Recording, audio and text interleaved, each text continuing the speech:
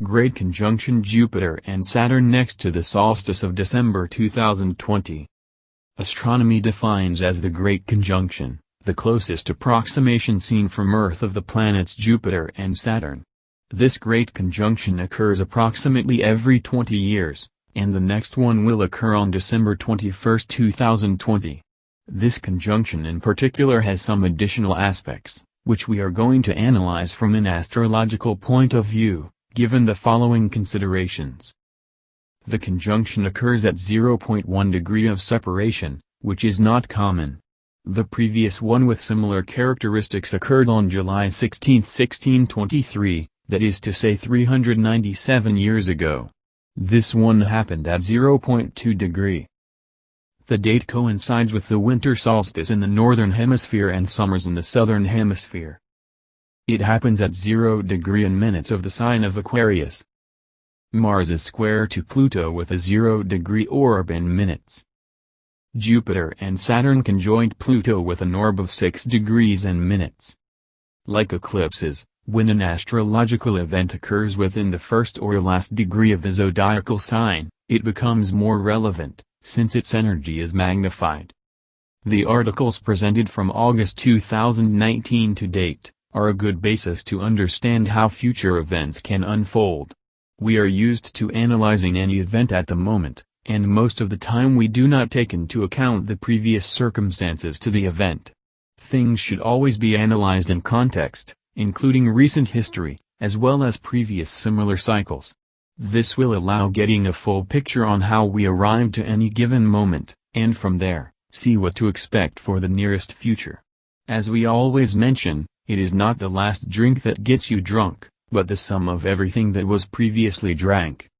A week before the solstice, a solar eclipse at 23 degrees and minutes of Sagittarius will happen. While Jupiter and Saturn are not part of this particular eclipse, the Sun, the Moon, and Mercury square Neptune, which are important aspects to consider.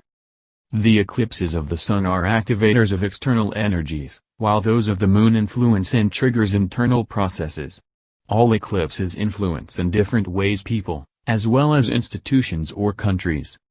Mercury governs communications, business, and travel, while Neptune can create either enlightenment or disappointment, and is associated with rare illness, plagues and shady deals, just to mention some characteristics that can be identified with current global events.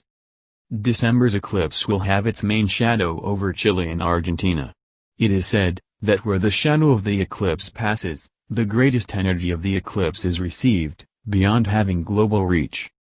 As can be seen from the information detailed above, there are a number of events that will occur in the short period of time, which, if we compare them with the analysis made regarding the eclipse of January 10, plus the planetary transits of the beginning of the year, the current situation does not aim to improve, on the contrary.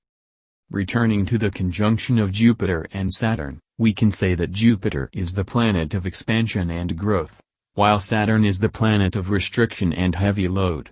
Given that the conjunction happens at 0 degree of the sign of Aquarius, we can speculate that this will bring to light the worst characteristic of this zodiacal sign. The negative side of Aquarius, if we define it in one sentence, is living outside of reality. What does this mean?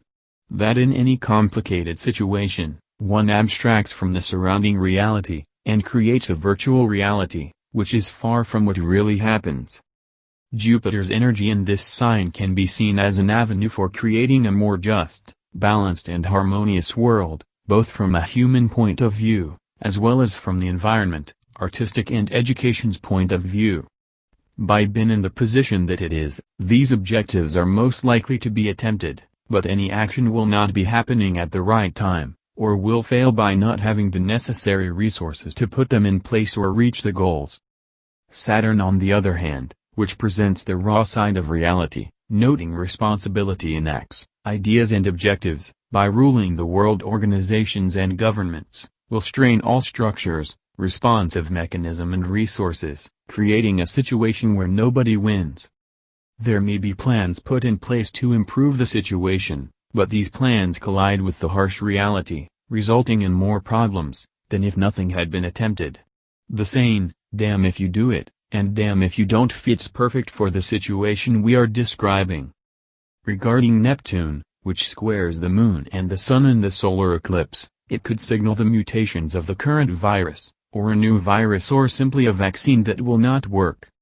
Mercury, which is in similar aspect, could signal that restrictions on travel, commerce and communication are going to be intensified.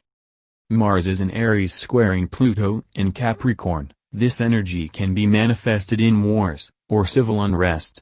This is not an energy to negotiate or solve problems by talking. A lot of heavy energy and alter egos are at full capacity.